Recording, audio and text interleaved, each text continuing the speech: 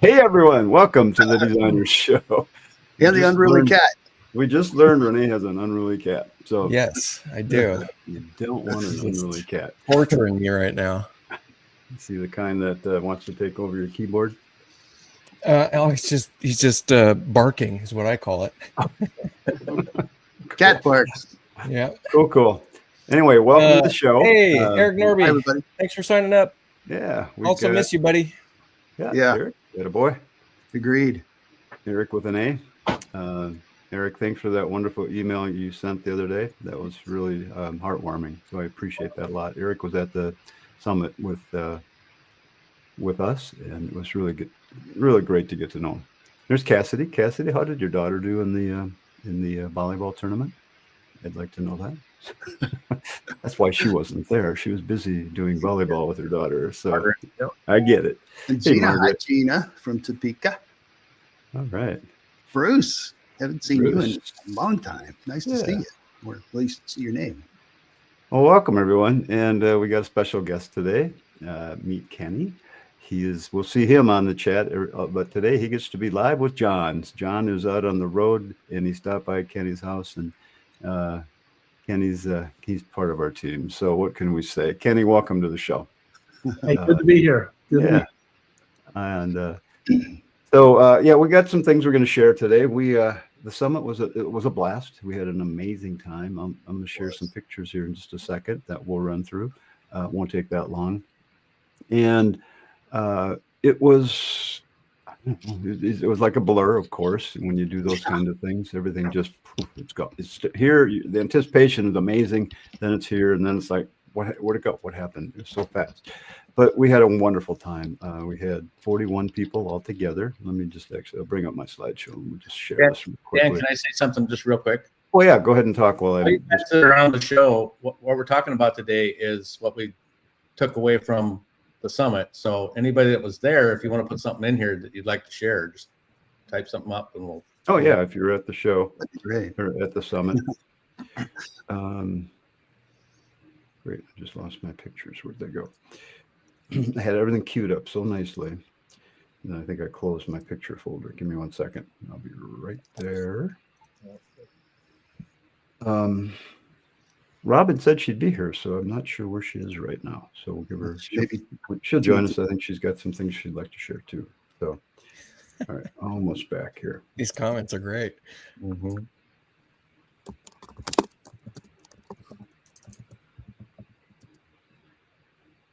All right. What a good crew this was. That was a big surprise. We had a bunch of new people this year and mixed in with some returning people. And yes, awesome. Yeah. And this is the team that put this summit all together. Oh, so, we're not showing your screen if that's what you're talking about. Oh yeah, could you show my screen? Trying to, but it's. Am I not queued up to show my screen? Let me check here. Hit add. Should be. Yeah, you're good. Go ahead. You got it? Oh, okay. Thanks. Sorry. Let's see, where did I go? Hi, Cassidy. You've been to any dance competitions?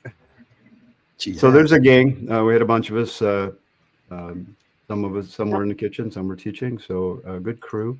Here's everybody that was there. So we had, again, 41 of us all together, plus Luna the dog. Laura brought her lovely dog with. It was really fun to have a canine around there. It's always, that's so wonderful. You love that. So that was pretty cool. Let me just run through. I got a bunch here. There's speaking of canine, there's Laura with the Luna right there. So there's Luna. Thanks for bringing Luna. And then we've got, looks like we're getting ready for one of the big games that we play, the left, right, center game. Here's pizza night. And they were getting their pizza ready to go. And here we are. This is the left, right, center game. We had 34 people playing one night, or 35, something like that. It gets to be a lot of fun, as you can see with John, who won that game.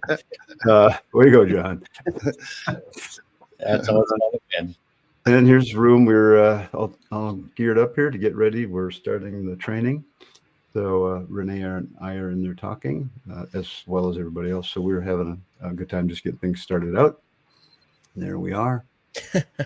So Kevin and I, on the day, one of our afternoons or day off, we took a bike ride out to the beach. which was not that far from where we were staying. So that was really nice. I'm jealous. Yeah. Yeah, I didn't get to the beach this time. Well, you didn't. Oh man, That looks like a beautiful day out too. it We was didn't in the have any of 70s. It was in the 70s that day. It was gorgeous. So, and of course, there's John and Patty and Luna. So you two take such lovely pictures, John.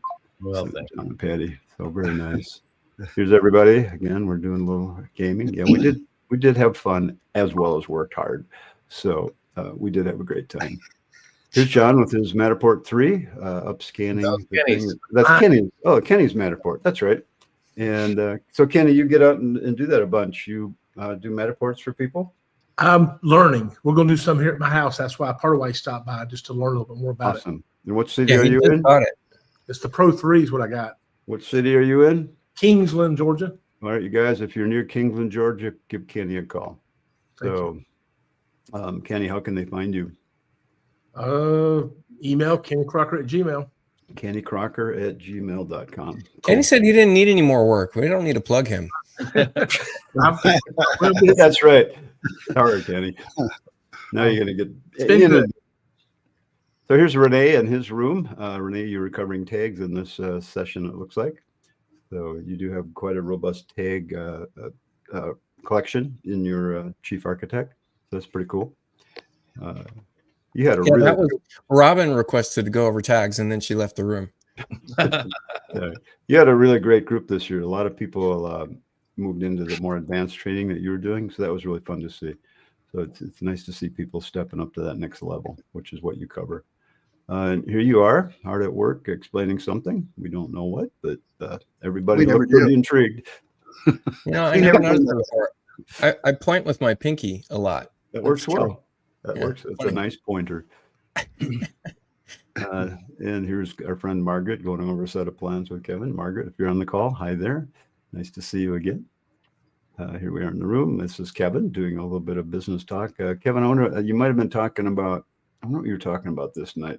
I'd have to go back and look at the date, but you had some great topics that you covered. So it's really cool to have you there.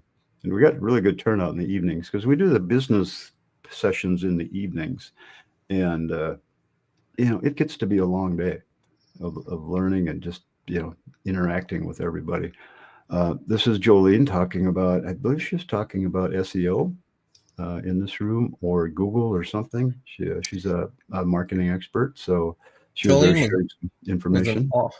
Was an awesome addition to this. It was really nice having her there. It really was. And Darren. She's amazing. Yeah, her husband Darren too. I was actually, if you flip back there, yeah, you can barely see me, but I'm kind of on the floor there by one of the plants, and I was. Oh yeah, I see your hat. Yeah, and I was just listening in, and there was some dead air because no one was asking questions, and Jolene just kind of kicks my foot. Right up, what about SEO? Cool. Well, SEO is a weird topic. Not a lot of people know about, and as you know, everybody's busy doing their thing. So why would they? Yeah. So here we had our Wednesday evening Thanksgiving meal. Linda did turkey and stuffing, mashed potatoes, corn, all the traditional Thanksgiving things. That's my sister Linda holding the foil there. She did all the cooking. She kind of managed all the cooking. There was a whole team that did the cooking, so it was really cool. Here we are on, I think this is the second day that it was a really nice day. So we went out and took our group picture. So that was cool. So here I've got, we kind of line up so we can get everybody dancing. Put some music track to this. Yeah. Nice. And again, there's the whole gang, and there's the kitchen crew working away. They did an amazing job. I mean, I can't thank them enough for everything that they do. So cool. I've always known that I like, in the later hours in the night, I like hanging out in the kitchen with the kitchen crew. And then this year really set at home because we had a bunch of our guests were in there hanging out. You just hear laughing coming in from the kitchen. Linda always says she's going to place to be in the whole place, and we're all hanging out in there. Linda's going to say she's going to put up a sign next time that says "Doctor's in." There you go. Because you get in the kitchen and you're drinking wine, and playing cards, and everything comes out. So it's almost like a session. So it's kind of fun. And our whole week was like that. Here's Judy talking to a few people. Mary. That was her and- private office. Yes. Everyone went to Judy in that space. Judy's Yeah. corner. Nice. Yeah, Judy's everyone corner. kind of knows that's my table. They stop by Mhm. regularly, and I answer all kinds of business questions, and had quite a few people this time that were thinking of, or either in the process of starting new businesses or had just started. So I was kept pretty busy most of the time. Yeah. And that's one of my she's luncheon great. sessions there. I love Kevin and Judy Steins. What makes And it Judy great? was talking about AI in this one. Okay. What Yep. makes great design? Selling is easier than you think. Your greatest challenge is you. I can help you or teach you. Not I've the never truth. seen Kevin make that face before. So that's my favorite. It's a good one. And here's Darren and Jolene in the kitchen. Jolene is the person that does all of my marketing and graphics and everything for me. And she's helped a lot of clients just really improve their brand and their business. She's all about branding. And, even if you don't need work, you should always be working on your brand to improve it, to just make yourself stand up from the competition. So it's pretty cool how she has done such a nice job with me. I've worked with her for 8 years. We meet every week and we talk about the strategy for the week and what we're going to do and market and all that stuff. And it's really been a blessing. So very cool. Can't recommend her enough. She's with Big Raven Media, bigravenmedia.com if you want to look up Jolene. And here we are, one of our deep thought sessions over adult beverages. So It's amazing what we can solve right there at the beverage center. all of the problems right there, done. And here's when we were checking in. We were moving in, setting up. It rained like cats and dogs that day. So Wes was helping us out, keep us dry while we were bringing things in the house. And there's Kenny and Doug supervising really well, although they helped out too. So everybody was very helpful. Boy, his introduction, we have an introduction day at the summit. Everybody kind of talks about themselves real quick, what they're doing, why they're there. And Wes's introduction just had us cracking up. I can't even remember what he said, but man, that was a good one. He's a funny guy. And Doug too. I mean, things that have gone on with him. You are enjoying a meal together back in the kitchen. Linda makes the best soup. Oh my God, it's just to die for. So I think that's all I got. So that's gives you a little taste of the summit and what we had covered. So it was an amazing time. But we do have some things to share. Thanks for listening to that. That's always fun to share that. I've got hundreds of other pictures. If you want to go through them, I certainly could. Another time. I do tend to take a lot of pictures. So, but it's always fun to go through and look at them. And a couple of things really stood out for me. Jeannie, here, I'll show you Jeannie real quick. Here's all the people that were there. This is what I put together. But Jeannie, every picture, that smile was there. Every picture. I don't think there is a picture in that I've taken that. And I think she was in a bunch of them. Great smile. But then again, we had the whole group and everybody was amazing. It was really amazing.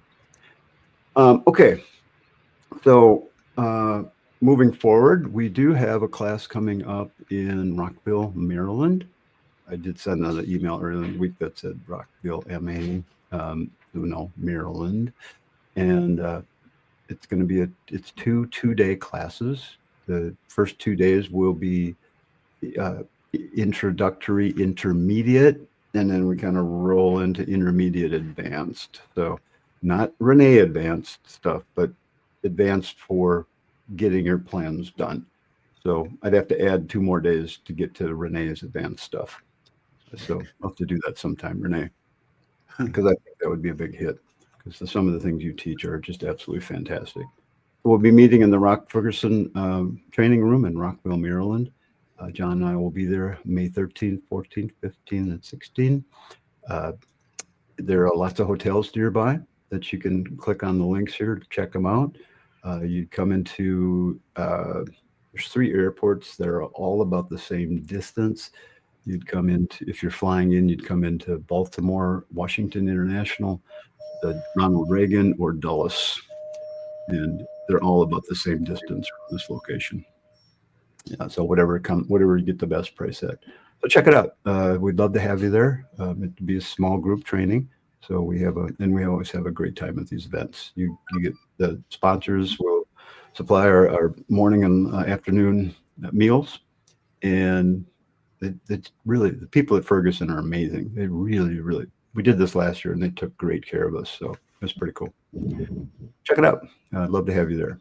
So Dan, Mike has a couple comments here. Do you solve challenging modeling or discover something new? Say again. I'm just going over what Mike has been saying here about about what we cover. We would cover this kind of stuff in the second 2 days. If you got challenging modeling situations, we'd cover. You bring them up. We'd cover that kind of stuff on the second 2 days. By the way, John, were you showing my screen when I did all that talking? Yes. Yes. Huh? Yes. Okay. Thank you, because I'm not paying attention to that. Appreciate that. Yeah, we cover a lot of stuff there, and we'll stay later and help you with questions that you might have. So that's what we do. We love helping you guys, and Chief is the tool that we like to teach and we use, and we all know how well that works for us in our business. All right, let's move on a little bit to some of the things that we either learned or we'd like to share with you guys. So we're going to start out with Mr. Kenny. Kenny, what did you pick up at the summit?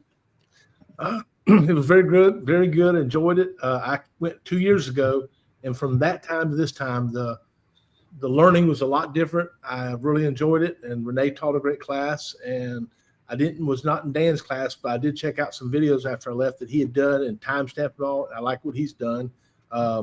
Rene taught me a lot about a good bit about style palettes I didn't know, and I did enjoy that a lot. And all I can say is I'll come again sometime future. You learned some macros too. Yes, I did. Yes, that's what I want to learn. He did. That is right, Rene. You sure did. You actually made it for each person. You did something for each one of us, I think. Really did. So nice. Thank you, guys. Cool. Well, it was really great to have you there. So, and you look really good in a Chief Expert shirt. So, what a boy. It's great to have you there. And speaking of style palettes, Rene, I know you covered that in your training there, didn't you? Yeah, absolutely. Talk about that for a little bit for our chief users out there. Sure. Let me get how do I get a screen up? Let's try that. How about that? Oh, John looked like he was doing it for me. Cool. Yep. Style palettes. Which one did we learn? We learned a couple of different ones. We went through 2 different style palettes that we built. So you got to help us out by zooming in whenever you can. Yeah, no problem. Big screen. So we did a couple of style palettes, and I'll just talk for a second. So the power of a style palette, or what even is a style palette, for those that don't know, let's just go all faces for a second, and is that we have the ability to save particular attributes about a number of different symbol types, which is that we can save attributes for windows, interior, exterior doors, base cabinet, full height cabinet, wall cabinet, and then backsplashes and rooms. We can save some attributes for those. And you can save them on an individual basis, where you're just saving some amount of specificity for just a door, for instance, as one style palette. It becomes a library object. It makes it so that you can click this library object and apply those attributes to that thing in your plan. So let's just say, for instance, you want to have a particular exterior door type that you spray occasionally, that you use occasionally, whereas your template has one door type, you have a style palette that's a different door type, and you want to be able to apply it with one click to existing doors, or even a group of doors, or all the doors in the plan. So that's kind of the power of style palettes, and it's what I build a lot of tools off of, is the style palette tool. And so let me just show you one that we did, which was got a base cabinet, drawing a base cabinet and a wall cabinet, and we just changed some attributes for these, and then we saved it. So we opened up this base cabinet, we set this to a drawer, and maybe we just split it one time horizontally, and we got a 3-drawer base, right? So that's my 3-drawer base. And then what we ended up doing was making a full height cabinet match our 3-drawer base of the other cabinet. So made this into a drawer, split it again, and we got a 3 drawer base. Now we took the time to actually make sure that these drawer faces lined up from the base cabinet to the full height cabinet.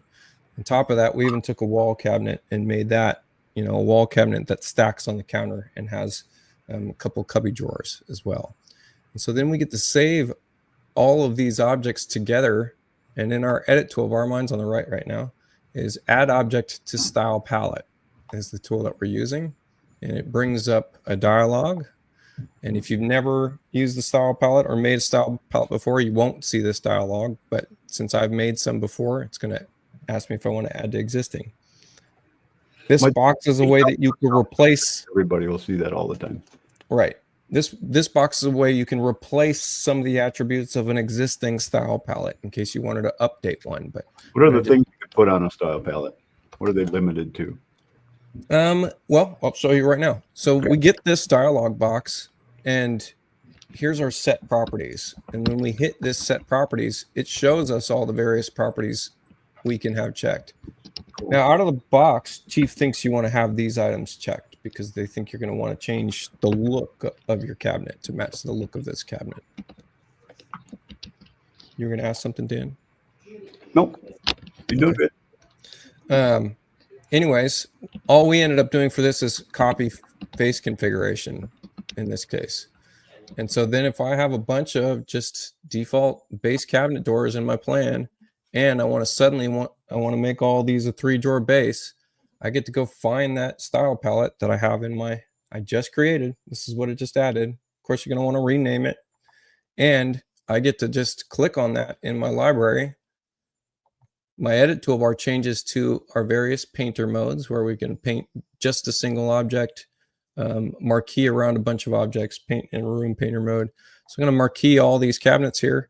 And there we go. I just applied a 3 drawer base to all these cabinets. So that's a quick example of what a style palette can do and why you might want it and how fast and efficient it can be. So show and us. you can add doors, windows, room moldings, colors, flooring. Yeah, quite a bit. That's all part of the room elements. So yeah, there's quite a few things you can add to style palette. And if you go to Chief's library, you'll find one under the architectural library, I believe, that you can look at and get some ideas. Yeah, it comes with a bunch of stuff. Or maybe, no, that's in the bonus library. That's right. Yeah, if you're searching in your library and you start typing style palette, you can always click on this right here, and this limits to just style palettes. And then we can see, like you said, yeah, there's a whole bonus library here full of style palettes. Now, these are to change the look and feel of your room. So that's nice. Yeah. Yeah, I'd say go download those.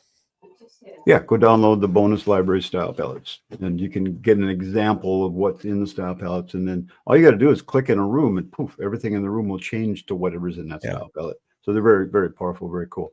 A lot of things you can do with them. Hey, Laura, late to the party. Where's your doggy? All right. Thanks, Rene. That's helpful.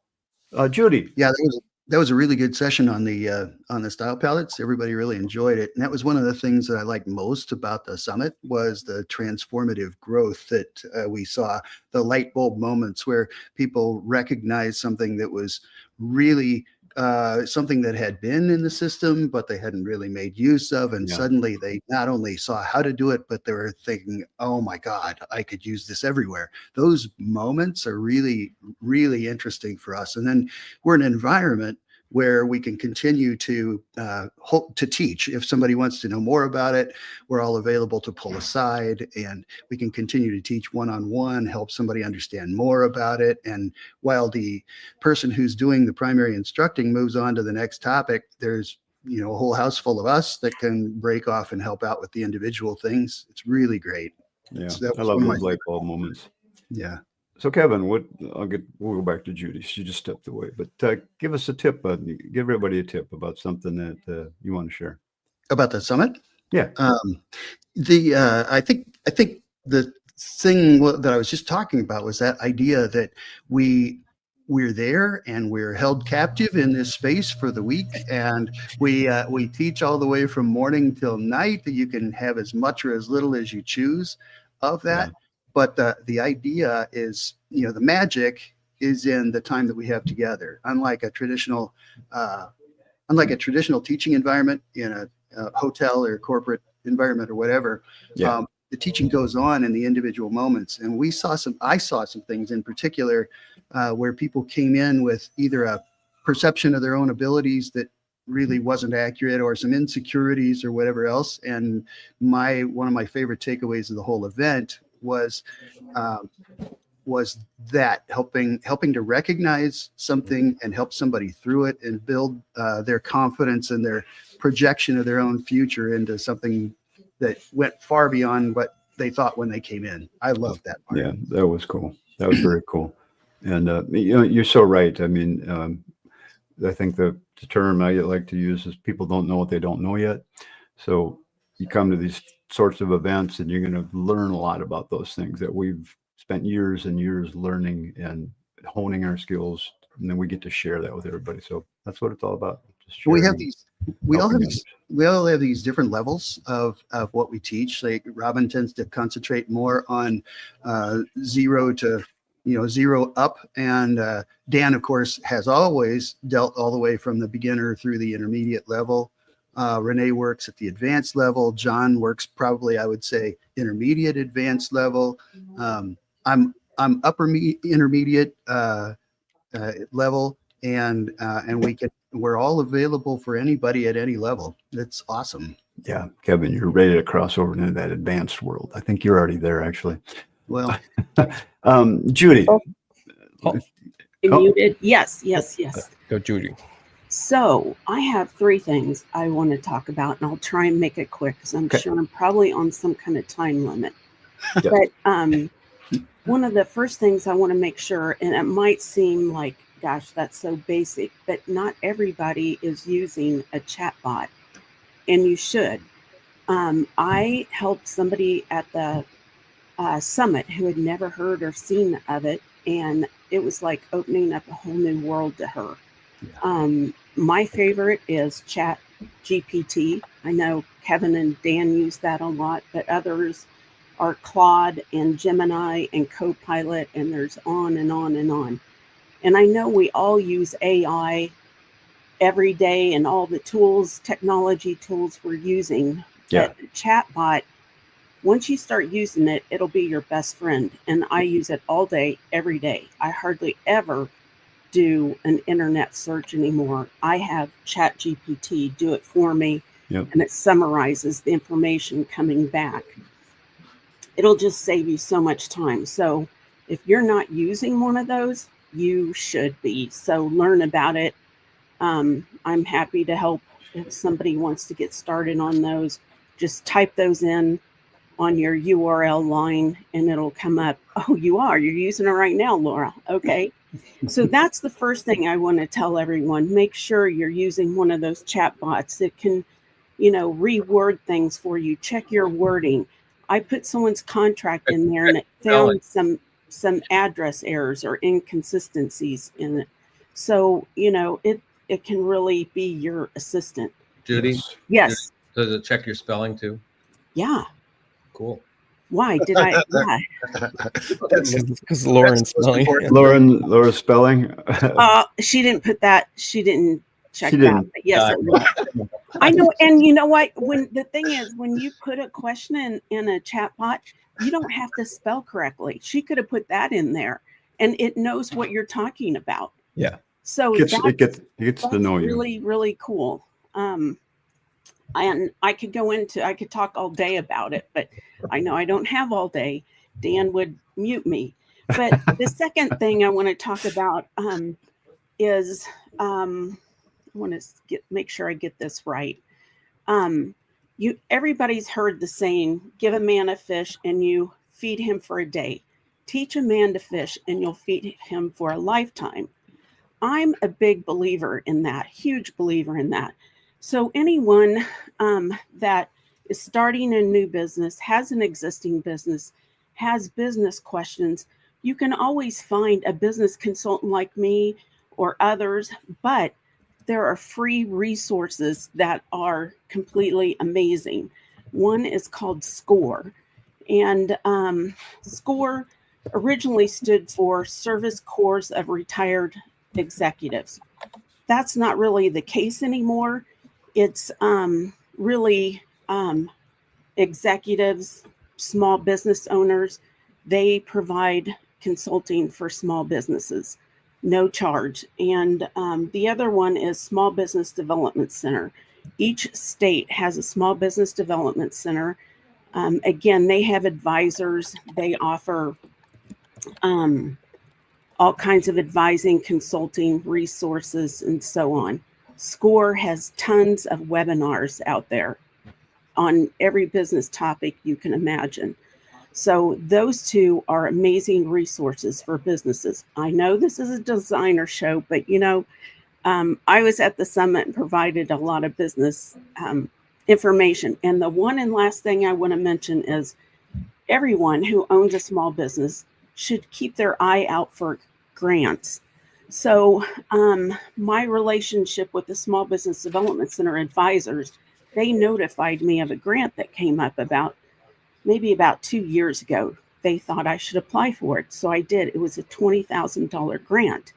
And it was only given to only the first 100 applicants or something was considered. So I made sure I got my application in on time, and I was denied. And I asked them what happened. Why was I denied? And it was based on your revenue had to decrease 35% between certain years. Well, mine didn't, but my gross profit declined. So wouldn't that seem more likely that I should receive a grant? And I explained to them the difference between the revenue, that's just your sales, what you sold. But the gross profit is the difference between your sales and what I paid my subcontractors and what I paid my vendors. That had decreased 35%. And I made my case to them that I kept all these people working and employed, and I gave them some of my revenue.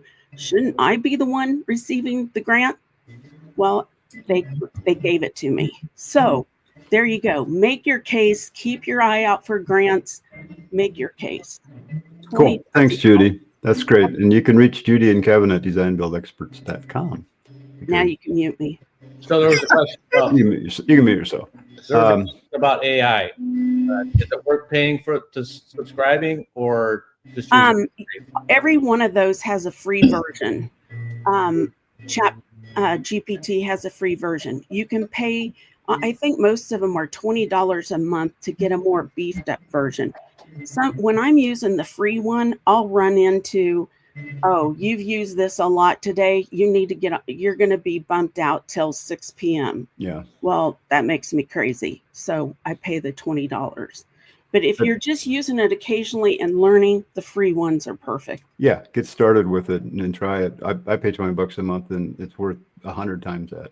I mean, thank you, Norman. As much as I use it. So absolutely. Check it out. See what you think. It really is amazing what you could do with it. It's here to stay. It's not going to go away. So you might as well embrace it and use it in your business to take advantage of it. That's my thought. That's my thought process on it. So can I add something to Judy's about the executive or the executive training or whatever you called it? I think it's important that everybody also find a cheerleader, somebody that's going to cheer them on, that's going to say, you're worth what you're doing.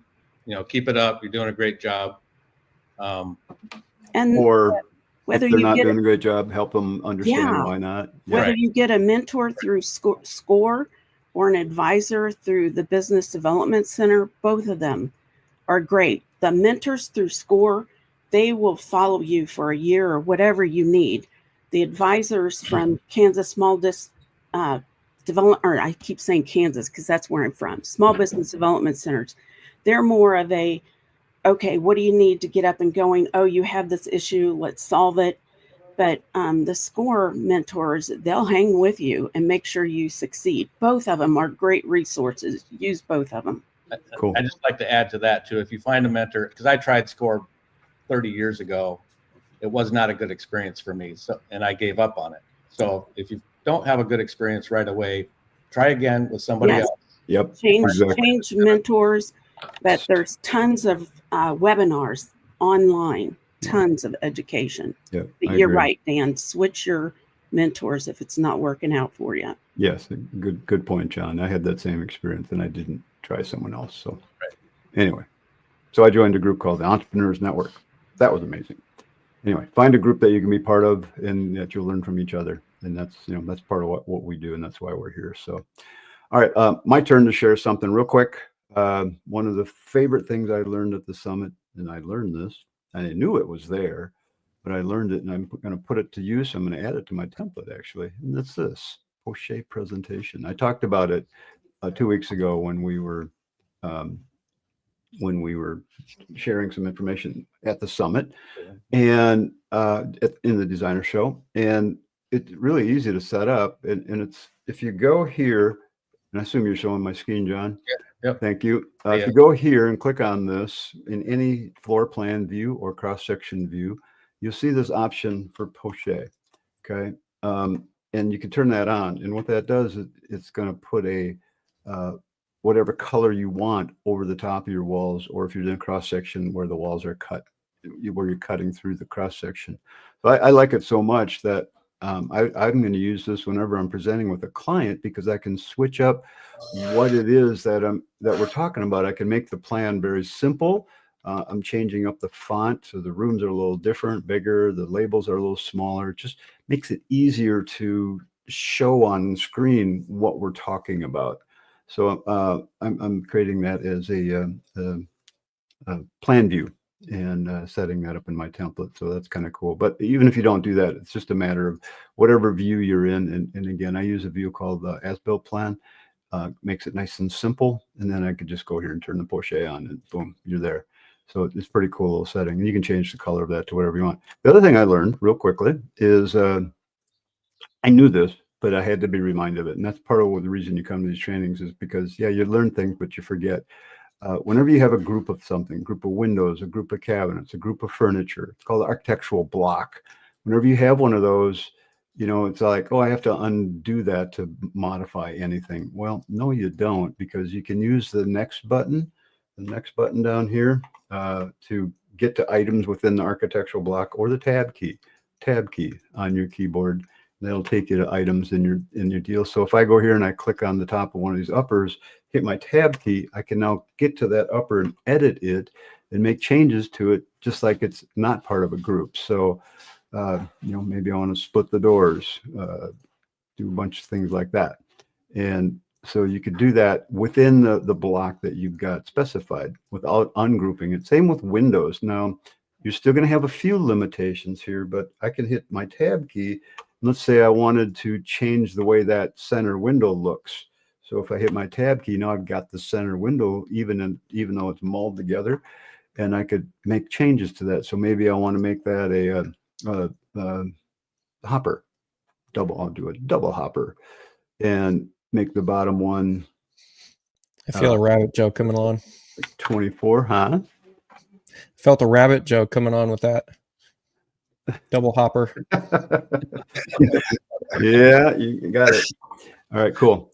So anyway, so just those are a couple of the things that I really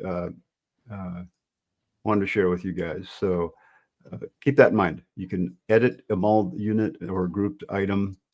It's true with CAD too. Well, with CAD, it's a little different. You're going to have a different icon for that. So those are a couple of things that I wanted to share with you about the summit that actually I picked up on. So, yeah, I'm telling you, those light bulb moments, they never get old. Laura even had one. She said she's got it. She got it now. Laura, I love that. Let me show this. John. Oh, Rene, you got something? Talking about light bulb moments. I call them aha moments, but this picture was taken, for the people that did attend the summit, just know that when you guys left, this is us in the late hours. We've been cleaning this place all day. Yeah. And we finally sat down and we're just talking about our experiences.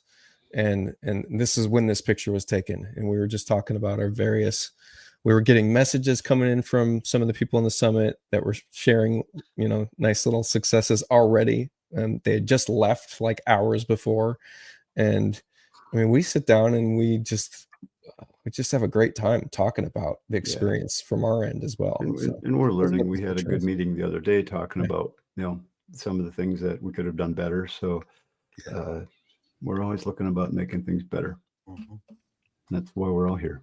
Yeah, Speaking there's some bumps and bruises along the way with each of these things, but we continue to try to morph those into the next time and try to do better at that. And appreciate the understanding from those of you who got bumped and bruised. But overall, we had a pretty great response, like Kenny's.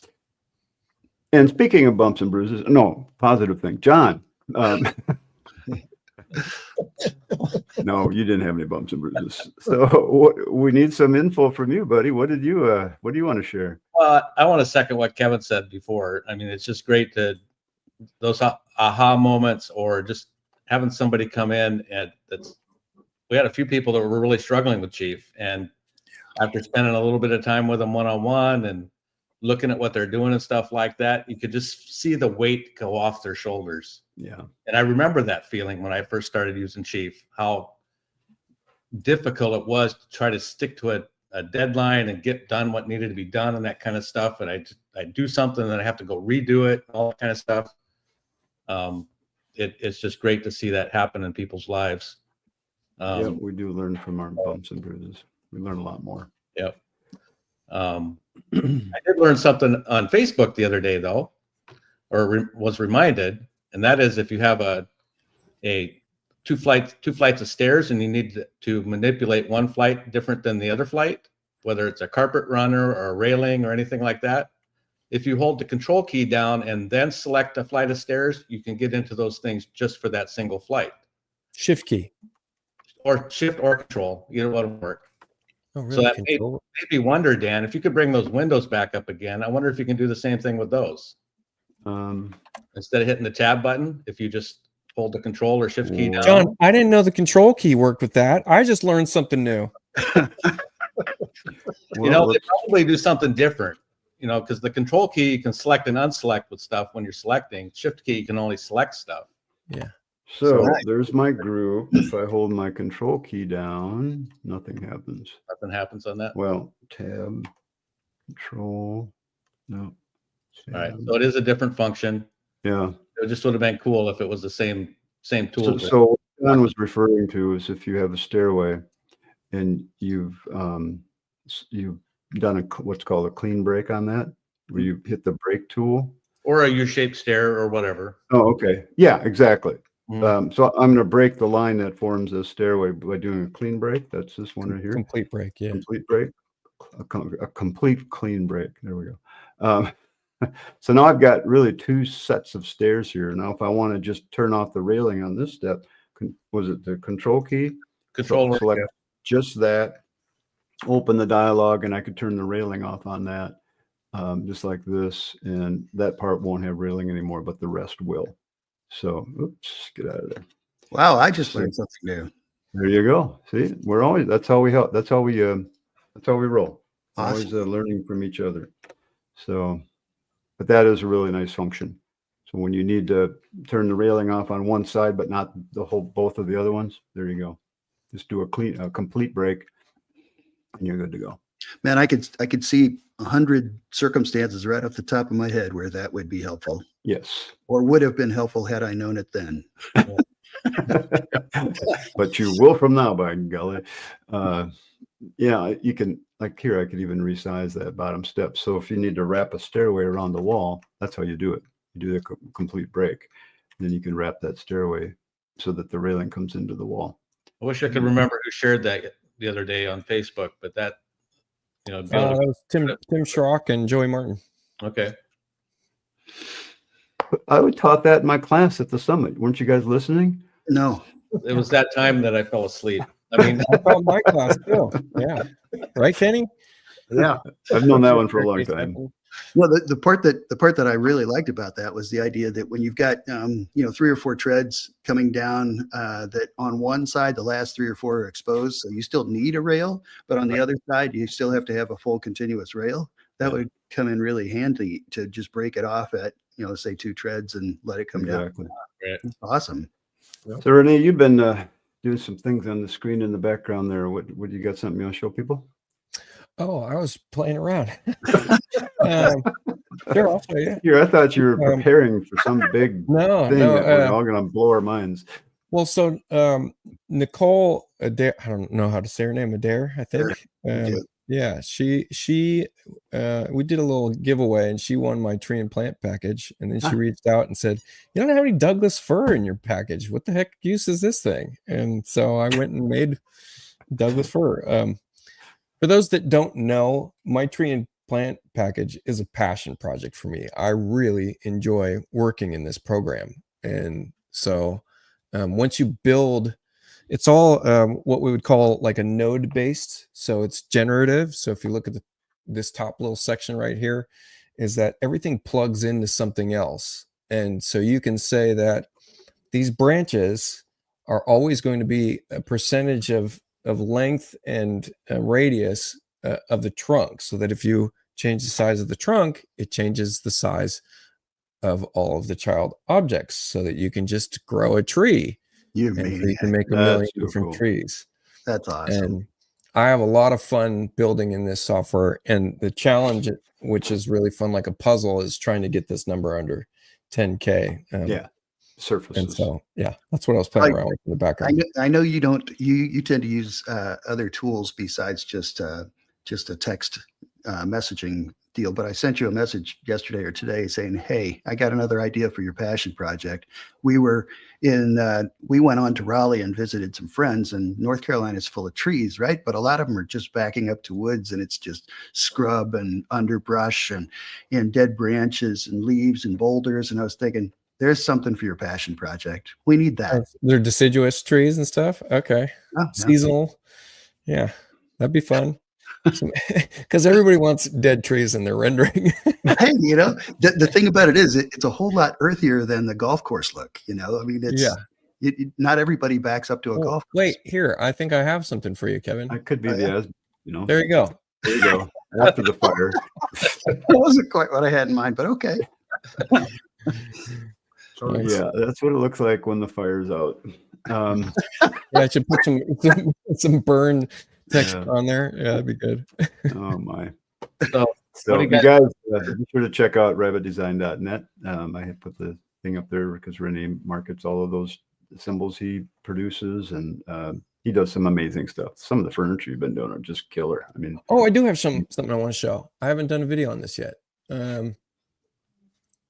And it should take all 2 seconds if I figure out what I'm doing. And I do.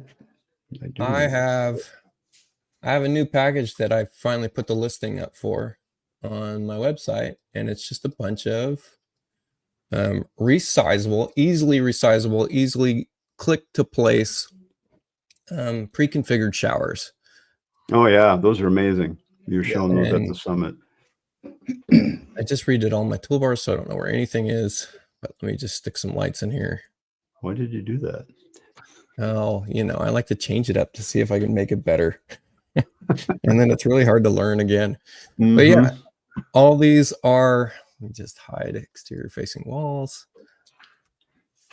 Well, you guys will never ever guess what this stuff's made out of. Yeah, because I never use this tool ever for anything. Yeah. It's the cabinet tool. Yeah. But yeah, these are all just easily click to place showers. And I've built every different shower type I could think of. And they're easy to just expand.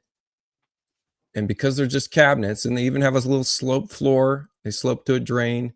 And because they're cabinets, you can lock particular parts of them. So I have the doors locked.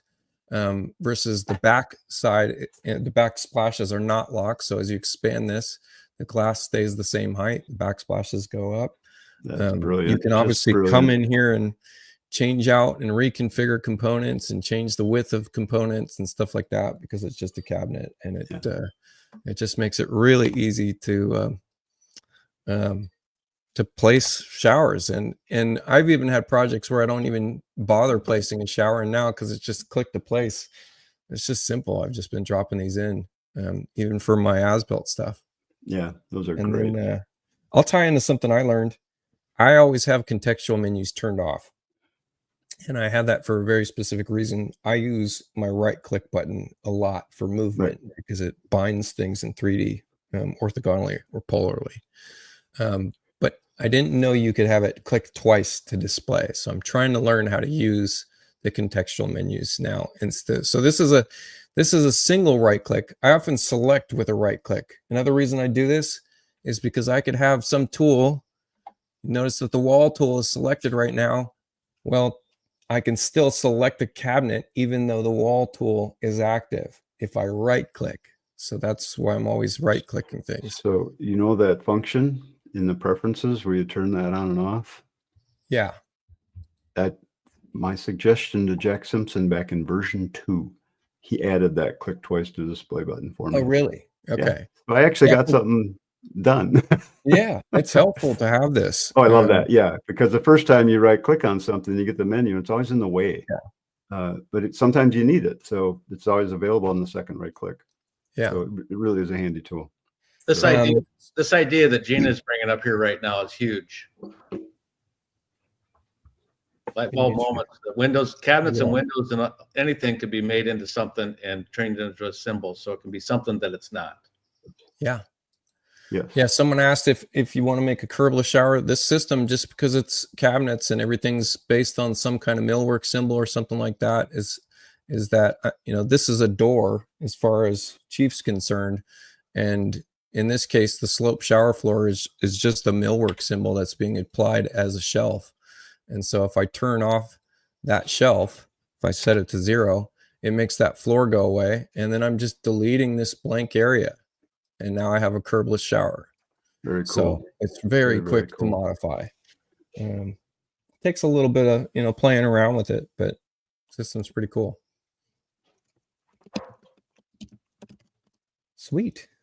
Where are we back in? Yeah, I forgot to turn that banner on. So if you guys need help, you can call John too. And drafting. You can call John and he might even come visit you at your house. If you're on our way, I'd love to stop and say hi. There you go.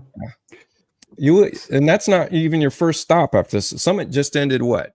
A couple weeks ago. Yeah. And you made another stop too, right? You went to Jill Hunter. What's that? Yeah, we went to see Margaret. You saw Jill. Saw Jill. Kenny. Yep. Stopped at Linda cool. again, your sisters again. We enjoy that's right, Linda. Yeah. We enjoy him stopping. We do. Yep. Cool. Anybody? What else? We got a few more minutes left. What else you guys got? Renee, you got anything else? Explain real quick. I know this is hard for you, but explain real quick how the lighting of the backdrops work.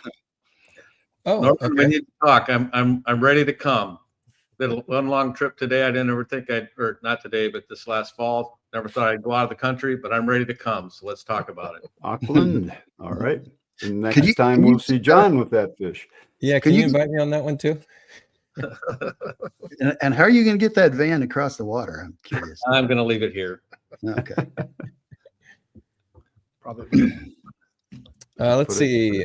Your question was, why do backdrops affect the rendering lighting so much versus well, especially in X16, we have the ability to say that the only thing that we want to light our scene is a backdrop. And so something I'm always telling people when they want to learn renderings, they want to improve their renderings. I'm always saying that it's not really about the lighting settings so much as it's about the materials that you're using. So still trying to figure out my new toolbars. There we go.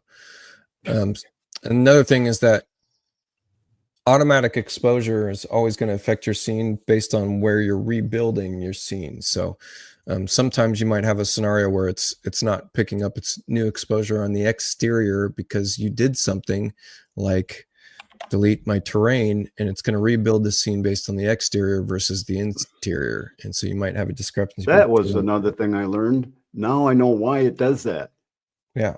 Because you go to a different part of your plan, because what I always do is I open and close something and that rebuilds the scene. I didn't know why, but it just, you go to the inside and it's dark, you open the window and close the dialogue and it fixes it. It's light again. Now I know why.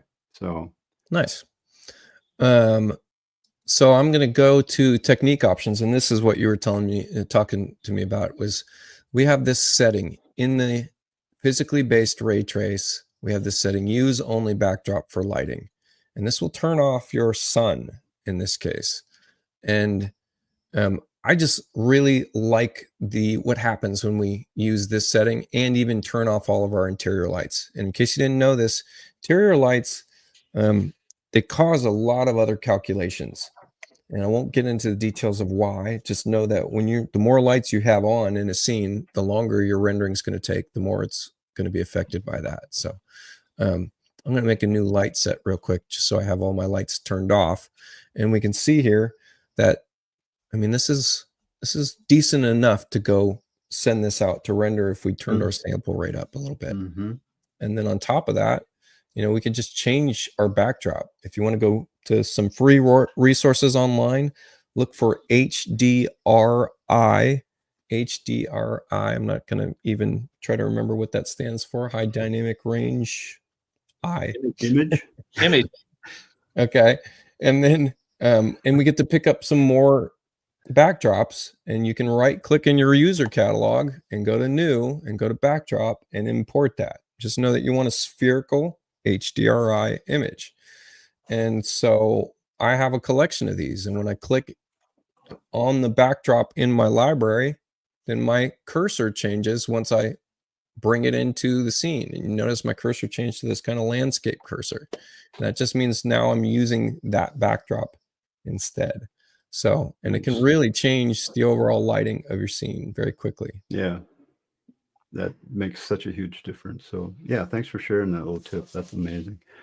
So that little tip's a big tip. That takes a few times before you can really grasp it, I think. Yeah. Yeah. Maybe we need to talk Rene into doing some advanced classes on that kind of stuff, huh? Yeah. Cool. Boy, look at that. It got dark. So Rene, is there a way to make a light look like it's turned on without it doing anything? Not really. Sometimes it's just, you look at a ceiling with can lights in it and stuff, it'd be nice to have them turned on, but if they're causing all this extra calculations and stuff, if you could just show that they were on instead of having the thing. It could look like that if you didn't have bloom turned on in your view, because all these lights are going to create bloom. That's the setting right here in edit the active view. So if you did a rendering where you have that turned off, then maybe you could fake emissive texture. But now, just by default, as soon as we apply something that is an emitter, okay, all right, I got a solution for you. We would do this. I'm just going to drop in something into the ceiling. Let's see. We'll just throw a solid in here. And we'll say that this is mounted to the ceiling. From ceiling is 0 inches.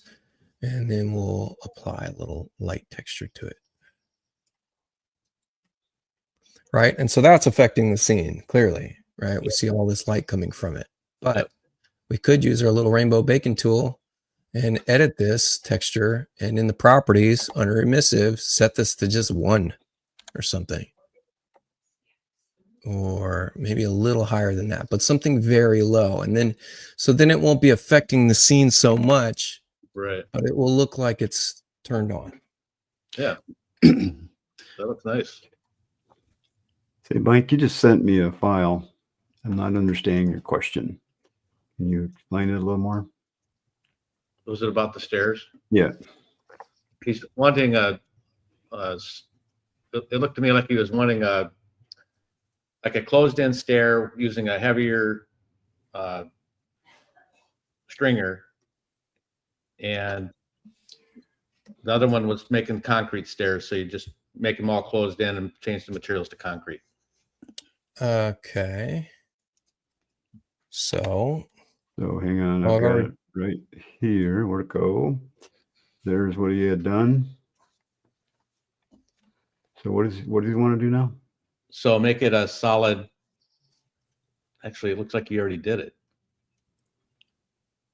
Yeah, I don't know if he's looking for it to be solid risers or He's looking for it to be a timber frame structure, timber frame stair structure. So you need to change your skirts and structure and stringers to heavier timbers as opposed to a 1x or a 2x. Well, it looks like what he did. The railing is off to the edge. You can offset the railing so it comes in the center if you're looking to do that by going. But you're also not seeing any stringers if he's doing open. So can we just turn the stringers on and then resize them? Under stringers, custom stringers. Okay, he's already got risers. We want risers though, don't we? Railing over the edge. We'll turn open risers off. If he wants risers. Oh, you want an outboard railing, Mike? Is that what you're looking for? The railing comes down along the side. Yeah, and then he needs just an offset in the newels. Yeah, then we got to go open this. We go to offset under general. No, where is it? Newels, balusters. Oh, his says two places. It's under. Well, I just did it a second ago. Where'd it go? I did an offset under railing, so you could go like minus. Let's just get it out there a ways. So now I'm out too far past. Let's go -2. And then we can extend those down by going to newels, balusters, and where's that setting, Rene? Well, we don't have it because he doesn't have newels posted. So instead of using balusters, use newels, set your newels to be the profile of your balusters, and then set your spacing of the newels. So making an open railing instead. If you wanted all those balusters to be outboard, like you're going to attach all those, which would be a ton of work. I thought we could do that right here without doing what you're talking about, but yeah, the only offsets we have are in newels. So you're faking newels so you set style to open railing. So under railing panel, go to open and style. Open. Yep. Now go back to newels, balusters. Set spacing of like 4 inches. Under here. Yep. Okay, we need to make those. Oh yeah, there we go. So now it comes down. An outboard spaced newel. Yeah, we can't angle the bottom or anything, but you can get it to come down. You could do that with the railing along your deck too. But that's where it's a little bit different. The railing on the deck, I think, has both newels and the balusters can be offset. The stairs only those can be offset. So, all right. There's our question of the day. Thank you, Mike. I hope that was helpful. If you need more help, he loved it. He loved it. All right, that boy. Okay, I think we're done. Again, check. This one here we got to take care of. How do you get the view to auto denoise on our machine? We have to denoise manually. If you're bringing forward templates on an update, meaning you're migrating, the likelihood is that you have old settings in there that we aren't using anymore, which means your sample rate on your default cameras is probably 1,000, which is what they used to be. We don't need them that high anymore, especially when we're just working. So if we're just working, we only need a denoise of like 10. And then if you want a final render, then you're going to push it up to maybe 150, 200, something like that.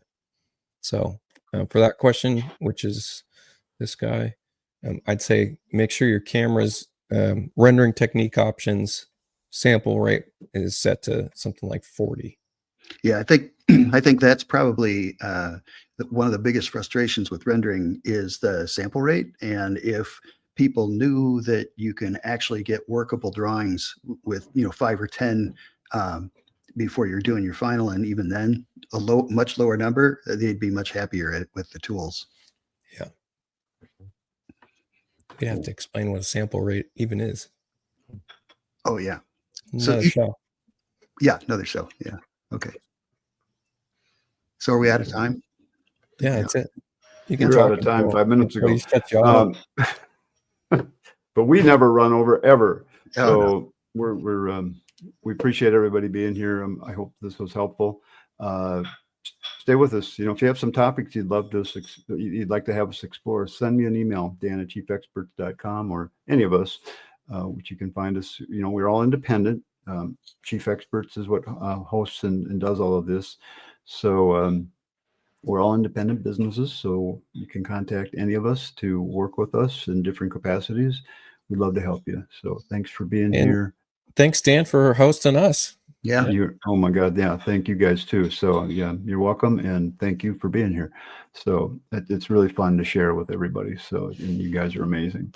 And it was amazing to be with you at the summit too. It just, you're